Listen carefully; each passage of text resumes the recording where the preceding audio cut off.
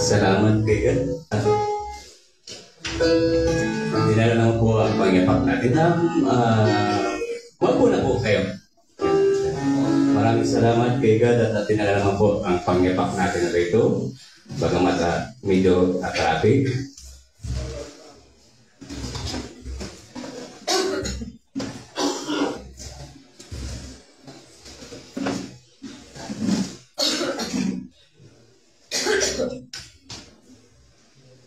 Glory to God.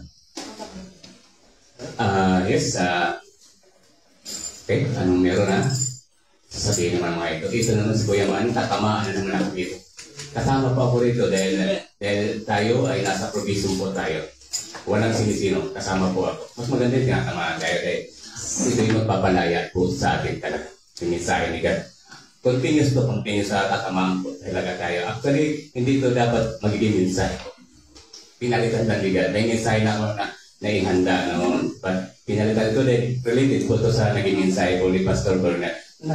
Dahil nga sa pinangunawa ni God na siya ibinigay sa atin doon sa mga ari para magkaroon tayo ng kaligtasan. So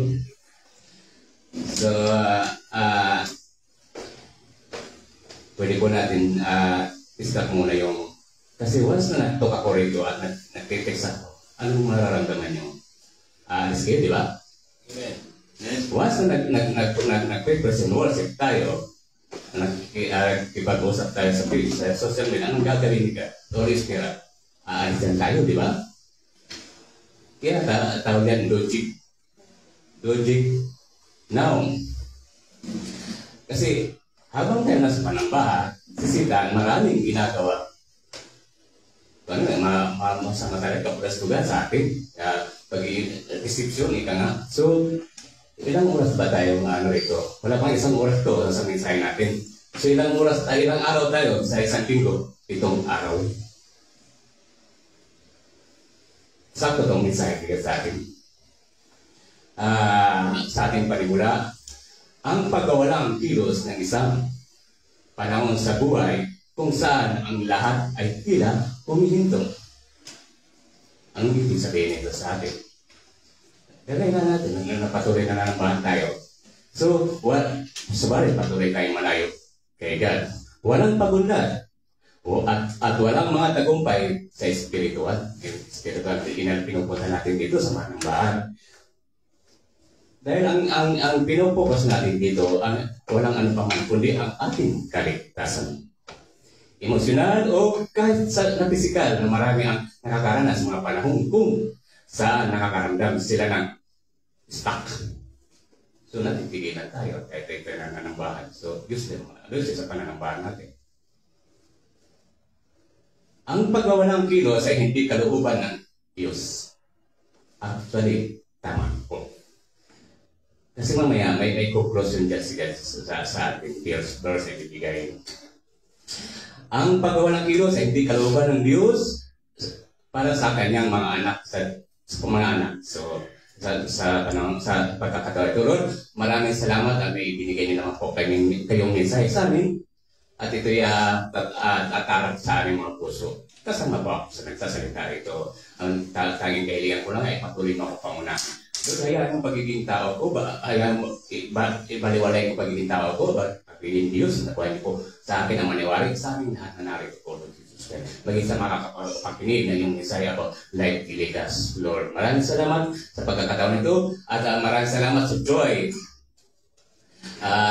Wala pang Friday ay pinanapit ako ng magamit na naman pa ako sa iyong panamba. Kasi pinaunawa niyo po sa akin na nag-go-grow na po ang aking pananampala. Naway sa ating mga kapatiran din po, Lord.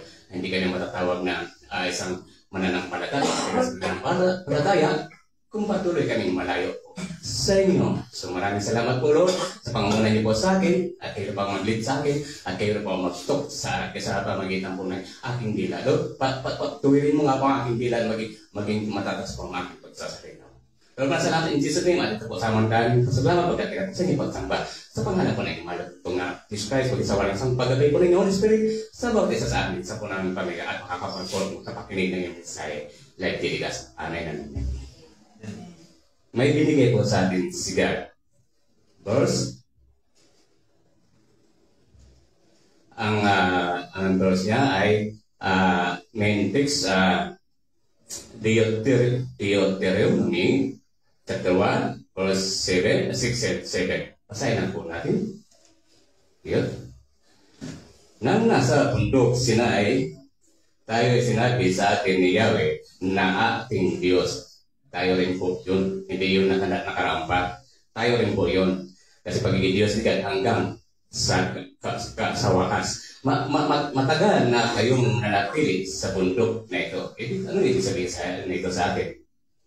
Yung palagi tayo nananamba, palagi tayo malayo kay God, nanatili tayo malayo kay God, useless ang lahat. Oras na para kumito sa kampo at magpatuloy pumunta kayo sa bulubundukin ng mga Amoryo at sa lahat ng karatig na rehiyon, ang lambak ng Jordan, ang Boron, ang kanlurang paanan ng Boron, ang Negev at ang kapatagan ng baybayin. Pumunta ka sa lupain ng Kaananita. Now, anong ibig sabihin ng Kaananita? Anong promise ni God sa atin? Blessing, kaligtasan. Anong ang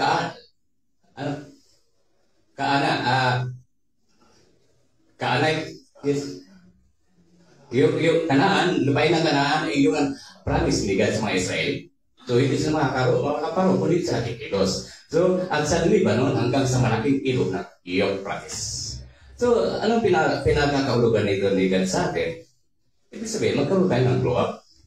Hindi tayo maging manatiling stagnant. May mga supporting verse na po si God, kung babasahin niyo po.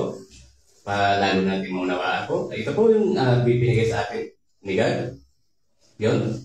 Exodus 40:15. Pagkatapos, sinabi ng Panginoong kay Moises, bakit patuloy ka pa rin humingi ng tulong sa akin? So, wala rin pinagkaiba sa atin yun. Patuloy ka nag-prayer, hindi na kung ano-ano inilapit natin kay God. Pero wala tayong pagpapasakot ng tutuhanan kay God. Kasama po ako. Hindi lang sa inyo, ha? Kasama po ako rito. And then, sabihin mo sa mga Isaya na magpatuloy sila sa paglalakbay. Tayo din po yun. Isaiah. Sa taas pala. Ayun. Isaiah. Ito ang sabi niya, ilibing mo sa limot at huwag nang alalahanin pa. Ano ang dapat natin ilibing sa limot? Mga pinagdadaanan natin kasalanan at patuloy natin ginagawang kasalanan. And then, ang mga nangyari noong unang panahon, masdan mo ako ay gagawa ng isang bagong bagay. Ito'y nagaganap na hindi mo pa makikita. Gagawa ako ng isang daanan sa gitna ng desierto at magkakaroon ng ilog sa lugar na ito. So, ibig sabihin, magkakaroon na tayo ng kaligtasan. Una, kaya God, kung tutuhanan tayo ng papasakot, kaya God, iwaksin natin ang lahat ng sangkap, 31 sangkap ng kasalanan, nagpapalayo sa atin at kaya God. So, itong pananampahan natin, unti-untong winawaksin. Kung isa sa buhay na mo talaga natin si God, iwawaksi natin ang unti-unti natin, yung mga kasalanan kinagawian na natin. Kasi ito dahil pagpapunta natin panambahan tuloy ang makakilala natin. Hindi na makapakinig ng mensahe ni God. Useless po natin. Kaya lagi na sinasabi ni God, useless ang pagtutok ng mga tinatagay dito ni God. Paglabas ng pandaban, nakalimutan ang mensahe ni God. Ano ba yung ginagawa ko tuwing araw? Nakikinig ko ng preaching. Daily preaching yun sa YouTube. Ibig nakatunin ka lagi kay God. Kasi noon, malayo kay God, nakatunin ako sa mga rock music. Nakatunin ako doon. Mga rock music. At nakatunin mo ako mismo sa mga application games. Sabi ng supervisor ng Big Test na, yung mobile mo ay ginamit mo, ay binili mo yan para sa games na hindi ka kasi nakikita tumatawa sa pamilya. Ginagamit mo sa games. Natawa lang ako eh. So now, nakakilala tayo, iwinaksin na natin po. Kasi yun ay tools digital. So, social media. Now, Isaiah, yun. Now, dito, ano? Yan, sa Pilipos 3, chapter 3, 13, 14. Mga kapatid, hindi ko sinasabing naabot ko na ang ganap na buhay. Kasama ako rito. Kasi nagpapatuloy ang inaya natin mag-grow up kay God. Ngunit ito ang ginagawa ko ngayon. Dahil noon, malayo kay God, hindi ko kilala si God. Bagamat noon, nag-i-school pa nga elementary, nananambahan ako, pero hanggang doon lang. Magbasa ng mga Bible. Actually, may dala akong Bible lagi, maliit eh. Pero hindi ko nababasa yun. Seriously. Salamat at mula tayo itinawag ni God, napakinggan ko, pagtawag ni God, amaya, sa pagkakal na huli, babanggitin ni God. So, kung ganap na buhay, ngunit ito ang ginagawa ko ngayon. Kinakalimutan ko na ang nakaraan at pinagsisikapan kung makamtan ang nasa hinaharap. So, naway tayo po din yun. Tulad ng isang manlalaro, nagpapatuloy ako hanggang makamtan ko ang gantimpala na walang iba kundi ang pagtawag sa atin ng Diyos. Huwag tayong maging matpalatiling pingi kay God. Alalahanin po natin,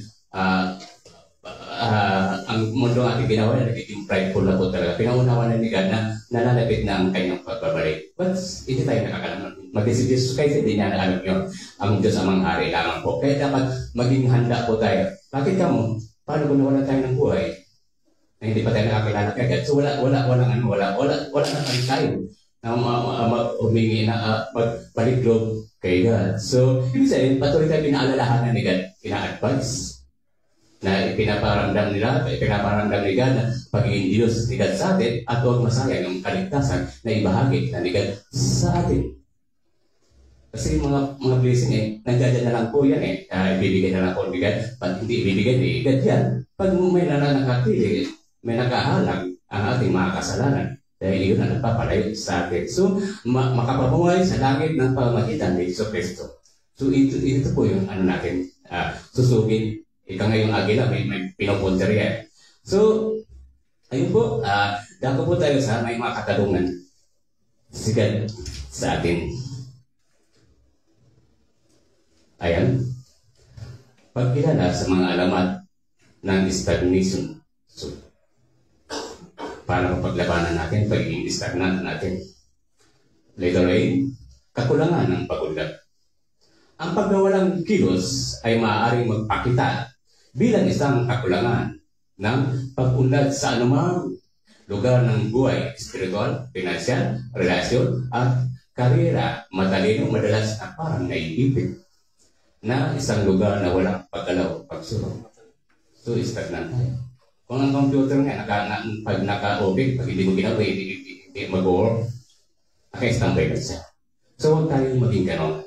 Now, para nasa gayon, ay maramdaman natin pagiging na may Diyos sa ating puso.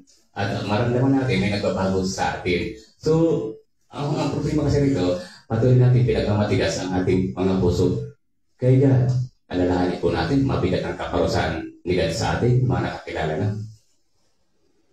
Kaya sa dulo sa hindi kilala kay God, nasa mensahe po niya. So, letter B, paulit-ulit sa mga siglo, nakakagawin ng mga kasalanan. Yun. Maaari ito makita ang inyong sarili na inuulit ng parehong mga pagkakamali o dumadaan sa parehong mga hamon nang walang paglulutas sa mga isang malinaw na tanda ng paggawalang kilos. So, yun. Pagiging stagnant natin. So, nagiging useless ang lahat. So, kaya lagi nang pinapanggit ni God, huwag natin sayangin na pupunta natin ang panambahan. Huwag natin sayangin ang mga oras, araw na binibigay sa atin ni God. Patuloy tayo binibigyan ng paghinga. Dapat mabuhay din, magpatuloy ng buhay ang ating kaluluwa, spiritual man. So, masarap mabuhay na may Diyos na tayo sa buhay natin. Kasi unang narito, binibigyan ng kalinawaan o kapanatagan ng ating puso at isipan, diwa. At sada, natatriman po talaga tayo ng pag-ibig ni God. So, masarap yung nabigyan tayo. Hindi pag-ibig sa tawa, ay magaling sa masamang pamaraan, pag-ibig. So, now, later see, nawala ang pasyon. So, patuloy tayo doon, kapag wala naman tayong kasiyahan. So, useless ang lahat. Para tayo manika para tayo robot. So, ang isang walang pag-unlad sa buhay ay nawawala ng apoy. At pagsinta para sa Diyos. So, useless ang lahat. Sa kanyang gawain na maging sa pag-araw-araw na gawain. Ito ay maaaring humantong sa pagkabigo, espiritual at pagkatuyo. Simple lang, pag-usap kay prayer. Sabi nga ni God, magkaroon tayo ng prayer na may pagsasagawa. Hindi tayo pwede magkaroon ng prayer. Walang pagsasagawa. Hindi lang pwede pagsasagawa. Walang prayer. So mag-complain ko sa mga kagaya ko, hindi naman ko prayer po na tao noon eh. Pero ngayon, nagkakaroon na tayo ng conviction sa Holy Spirit, yung katamaran ng katawan eh. Masarap yan, matulog madaling araw. Lalo na nananaginip. Masarap. Pero nakukontrol na ng Holy Spirit. Ibig sabihin, nagkakaroon na tayo ng conviction sa Holy Spirit. Yung pagiging tamad natin, nakatalo na natin si Satan. Kasi pagiging tamad natin, yan, inaano sa atin ni Satan. Sige, katamaran yung Diyos mo. So, napagalaka na natin gawan si Satan sa atin. So, gumigising ako, 4:30, abot na isang oras eh. After ng isang oras, maliligo, after maligo, sa computer. Magbabasa ng Holy Bible. Yung pinupos ko na binabasa. Kasi kumuha ko ng mga program na pili na babasahin. So, pinupos po natin sa social media. So, nagagamit natin yung tamang paggamit sa social media. So, hindi natin alam sa pag-session natin ng mensahe ni God, may mga depressed na tao na nawala ng pag-asa ng patuloy na buhay. Pag nababasa nila yung mensahe ni God, nakakatulong sa kanila ito. So, at least may nagagawa tayo ito na hindi natin nagalaman. So, ganun ang Holy Spirit ni God sa atin. Kung tayo ay panahanan na ng Holy Spirit, hayaan natin panahanan ni Lord Jesus kahit ang ating puso. So, gawin niyang templo ang ating buhay puso at kaluluwa. At panahanan po ng Holy Spirit ang ating kaluluwa. So, ang halimbawa nito sa Biblia, ang mga Israelita ay gumagala. Ayun, gumala sa ilang loob, sa ilang sa loob ng 40 taon nang hindi nakapasok sa lupang pangako. Ang pagtigil na ito ay bunga ng kanilang kawalan ng panahon. Yung pagiging matigas ang kanilang puso at katigasan ng kanilang puso, marami pong naparusahan. Siga, on the spot, patay sila sa katigasan ng ulo nila. Kaya ngayon nagiging ganun-ganun lagi ang Israelite kung babasahin niyo po ang Old Testament. So, malulumo kayo sa tigasan. Kasama din tayo doon, hindi lang sa mga Israelite. Kaya ang isusog natin dito, isusog ni God sa atin, magkaroon tayo ng totoo ng pananampalataya sa Kanya at may pagsasagawa. So, bilang yun, pananampalataya. Dito sa akin sa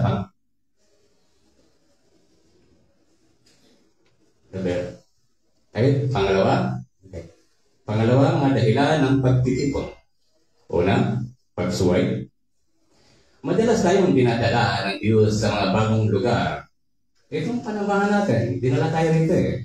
Laging binabanggit sa mga na-invite, hindi kayo dinala rito dahil sa gusto niyo. Hindi kayo napunta rito dahil sa ginusto niyo. Dinala kayo dahil sa Holy Spirit. Ba't ang tanong? Yung pagpunta po natin sa panambahan ay totoong dinala tayo ng kaibigan at totoong pinakinggan natin ang pagtawag ni God.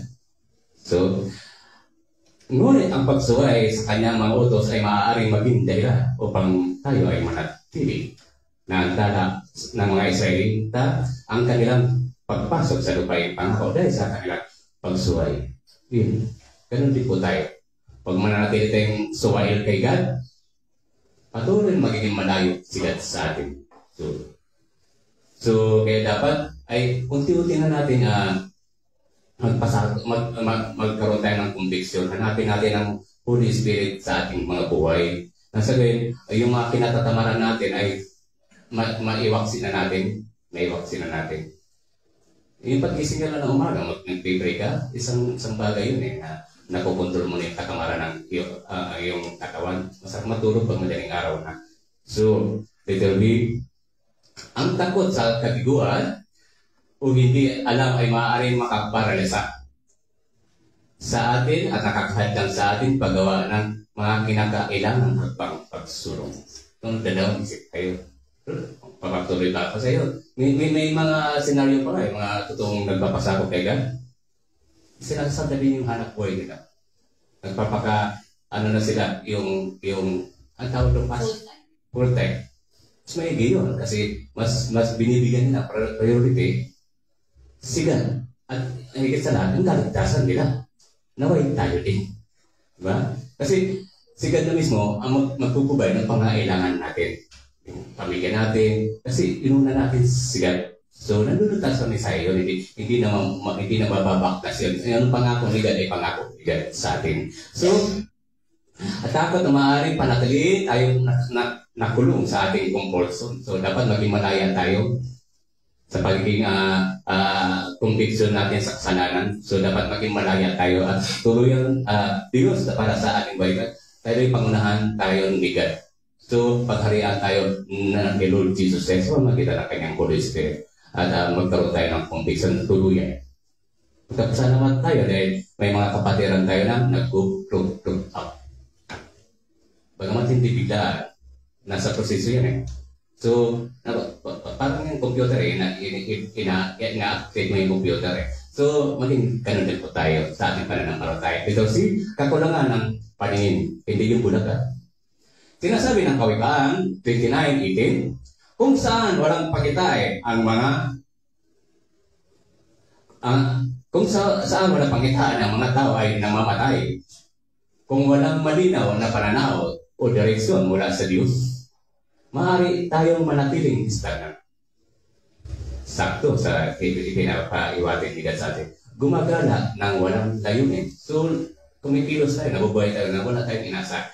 Magiging kaisa tayo sa mga hayop, sa mga isda.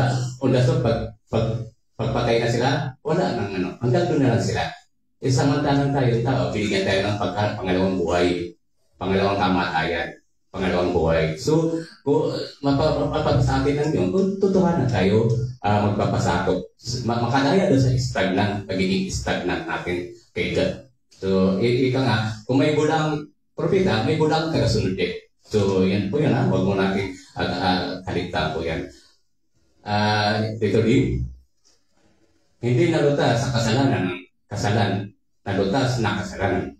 Ang kasalanan, lalo na ang hindi pinagsisi ang kasalanan, so paano tayo magsisisi kung malayo tayo kay God? So, diba? Magagawa lang po natin ito kung tuluyan na natin pinakinggan ang pagtawag natin ni God sa atin at hinahanap natin talaga si God. Kagaya po noon, naghahanap ako ng panamba, totoong panamba. Bagat hindi mo masasabi na may totoong panamba, kaya lahat na doon ang deception ni Satan.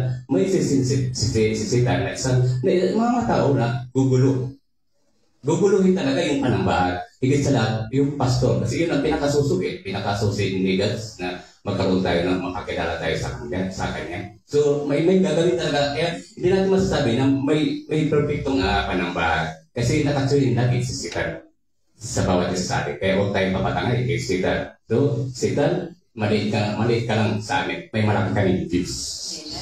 Now, Hebreo maaaring hadlangan ang mga pagpapala ng Diyos na hadlangan ang pagpunlad. So, yun ang ginagawa ni Satan sa atin. So, ang Hebreo 12:1 ay nagpapaalala sa atin sa santabi ang bawat bigat at kasalanan madali bumibitaw sa atin. So, yun, kasalanan talaga ang nagpapaliwalay talaga sa atin. So, pinakamabigat na kasalanan, pride. Yung pagiging stagnant natin, isang uri ng pride. Kasi hindi natin talaga magawa at tanggapin si God na Diyos sa tagapagligtas sa ating buhay. Ang gusto lang natin, ang ating naisipan. Yung mabuhay lang tayo sa mundo ng ating ginagalaw. Pero walang Diyos sa ating buhay. Halimbawa sa Biblia, ang pagsuway ni Jonas sa utos ng Diyos ay nagdudulot ng pagkaantala sa kaniyang atas. Naipit siya sa itiyan ng isda hanggang sa nagsisi siya. Ba't siya nagsisi? Kasi nakansan siya sa loob ng tiyan. Na kung hindi siya nagsisi doon, hindi siya panalayain ni God. Hindi siya panalayain ni God. So napagtanto niya, dahil sa pagsuway niya kay God, pinag-uutos sa kanya, napagtanto niya, ay ay tanggapin yung inuutos ni God sa kanya. Ganun din sa atin. Pagpunta natin panambahan ito. Inuutos sa atin yun eh. Yung pagtawag ni God sa atin, inuutos sa atin ni God na tumalima sa pagtawag niya sa atin. So, the same. So, now number 3. Mga hakbang upang tagumpay ang pagtitipon. Letter A. Letter A, kilalanin ang problema. So, ano bang mga ito problema? Kagaya na kanina, 31, nagsangkap ng kasalanan. Unang-una, pride. Ang unang hakbang, kilalanin ang problema. Ang unang hakbang sa pagtatagumpay ay pagwawalang kilos, ay kilalanin at kilalanin may problema ang pagtanggi ng pagtatanggal lamang ng pagwawalang kilos. Sumigaw sa Diyos para tulong sa tulong at pagpapalaya. Isa lang ito sa ginawa ko no. Yung matapos tayo mag-backslide, tinalo tayo ni God, nawasak ang pamilya. So, dahil sa pero salamat sa pagsubok, ni God. Dahil nandito ako ngayon, tinayo. Naway sa atin ganun din. Kasi nasa progreso po tayo ng pag-grow up eh. Pag-grow up. Magamit din po tayo ni God. Kasi, hindi lang dito, paano pag-uwi na, alam niyo parang ayaw ko magbakasyon? Bangon na, painom na naman ako doon sa Pinas eh. Makalimutan ko si God. Kasi, ibig sabihin, pinupulso mo talaga yung makadayo ka doon sa mga ugalian mong ano. Bakit nung nagbakasyon ako doon, ay panay tulog lang nangyari sa akin. Nung unang araw, pagdating ko doon, tulog ko agad ako. Pagdating ng bayan ko, ba't natutulog si Manny? Hindi pagod yan, kain ng hati. Dapat di ba, alay ka, tulog lang. So ganun po tayo maging aware po tayo sa pagpapasabot kay God. So, letter B, pagsisisi at pagsusunod. Ito na yung one-on-one talk. Kagaya yung ginawa natin, nakipag-usap tayo ng personal kay God kasi hindi talaga kitin mo si God sa Holy Spirit sa atin kung hindi tayo makakaroon ng one-on-one conversation with God. Bakit hindi natin kausap si God? But in the Holy Spirit naglilid sa atin. Ito pinakinggan na. Yung halimbawa nagtutok tayo, may nararamdaman na may hinihipo ka, may humihipo sa'yo, nararamdaman ibig sabihin, pinakinggan ng Holy Spirit yung pakikipag-usap mo. Kaya God. Sabihin, okay, binibigyan kita ng pagkakataon. Magbalik do sa iyong Panginoon. So, ang pagsunod sa salita ng Diyos at sa kanyang tiyak ay tagubilin ay maaaring magbukas ng bagong pinto. Ano itong pintuan natin? Tuloy-tuloy dapat magituloy itong pintuan natin ng kanyang panambahan. So, dito paganahin ang iyong pananampalataya. Dito na dapat nag-work ang ating pananampalataya. So, hindi lang tayo nananambahan hanggang doon lang. At ang masakit pa nito, pagdating ng makanalita ng preaching, nakalimutan yung preaching. So, useless. Kaya nga sinasabi natin, gaano mong kagaling ang pinatatayo ni God dito na pastor o pastora. Diyos at ang lahat kung hindi natin pakikinggan yung mensahe. Yung pinaka dapat nakabuo na, kaya sinasabi natin, huwag kayong tumingin sa tao, pinatatayo rin ni God. Tumingin tayo doon sa mensahe, hindi God. Dahil mas doon gaganda ang buhay natin, ang spiritual man natin sa mensahe, hindi God. Kaya nga, ang ginagawa ko, lagi ako nakatuloy sa YouTube. Nakikinig ng preaching.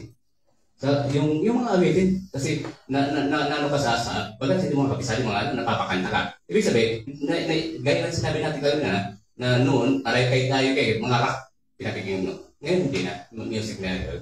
Ibig sabihin, nakakaroon tayo ng conviction sa Holy Spirit. So, ang unti-unti tayo, hindi masasabi ng biglaan ay nagbago ng nasa pagproseso po yan. Literally, i-renew ang inyong isip. Hindi natin may-renew ang isip natin kung kaya sinabi ka rin na God, makipag-talk tayo kay God. Babaguhin ng Holy Spirit ang ating puso at isipan. Magkakaroon ng guard ang ating puso at isipan. Ibawaksi ng Holy Spirit ang mga sumasagabal sa ating puso at isipan. Mga deception, nesita. So, magiging talunan sisitat sa atin pag ito sinagawa natin. Igawin natin renewable ang ating puso at isipan. Isa ang spiritual man po natin. Itinuturo sa atin ng Roma 12 verse 2 na nagbago sa pamamagitan ng pagbabago ng ating isip at maaaring masira ang pagwawalang kilos sa pamamagitan ng pagbabago. Asan ba tayo? Roman 12. Roman? Renew. Ayun. Ayun. Yun. Ayun, yes. Ayun, maaaring masira ang pagwawalang kilos sa pamamagitan ng pagbabago ng paraan ng ating pag-iisip at pag-alain ng ating mga nasa iniisip sa salita ng Diyos. Dapat maging makatotohanan po talaga tayo at patuloy nating hanapin siya na mapakinggan po natin ang pagtawag ni God sa atin. So, hindi masasayang yung pananambahan natin. Actually, yung sa katawang lupa, no? Kapag ikaw sinundo ng pastor, ng trust ministry, ako 15 minutes, 10 minutes, 10 minutes, pinakamatagal na 10 minutes, lalakari ko po yun. Dahil nahabag sa akin si Pastor Bernard, huwag ka na maglakad dahil malamig.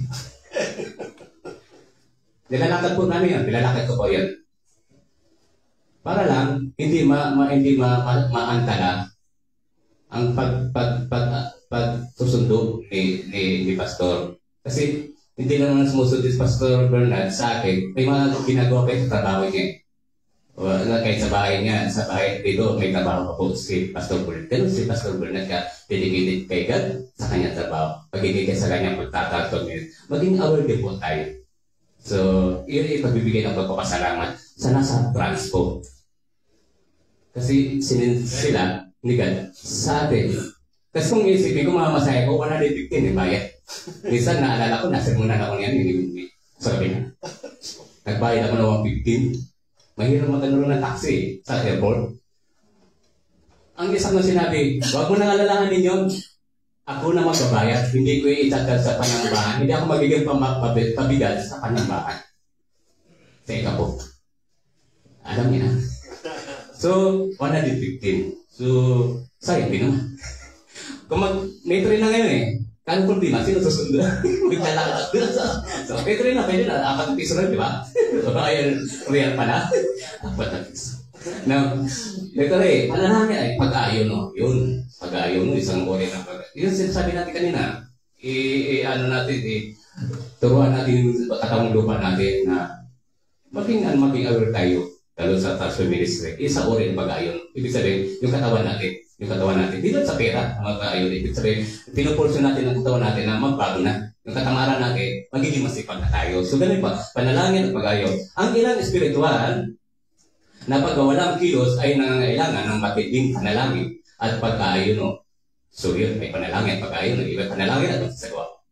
Magkakambal yun. Sinabi ni Jesus, Marcos chapter 9, verse 39.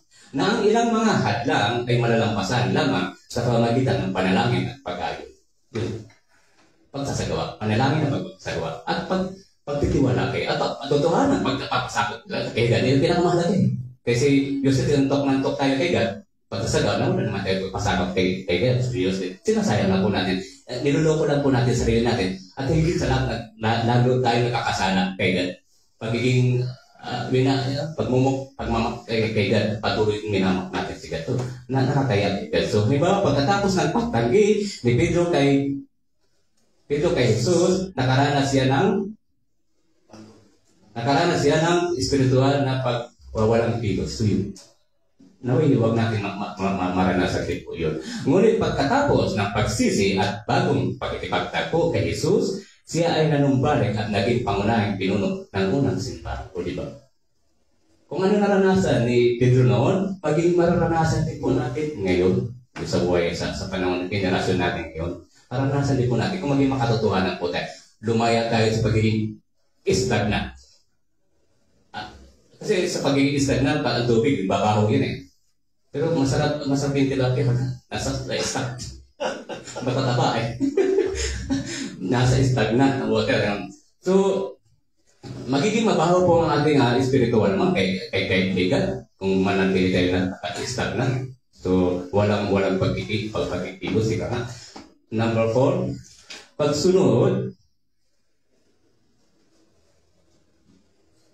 pagsunod sa layunin ng Diyos. Letter A, tiwala sa timing ng Diyos. Ang oras ng Diyos ay perfecto, of course. At kung minsan ang pakiramdam ng pagwawalang kilos ay ang paraan ng isang bagay na mas malaki. Ang Isaiah 40:31 ay nagpapaalala sa atin na ang mga naghihintay sa Panginoon ay nagbabago ng kanilang lakas. O di ba? Patuloy tayo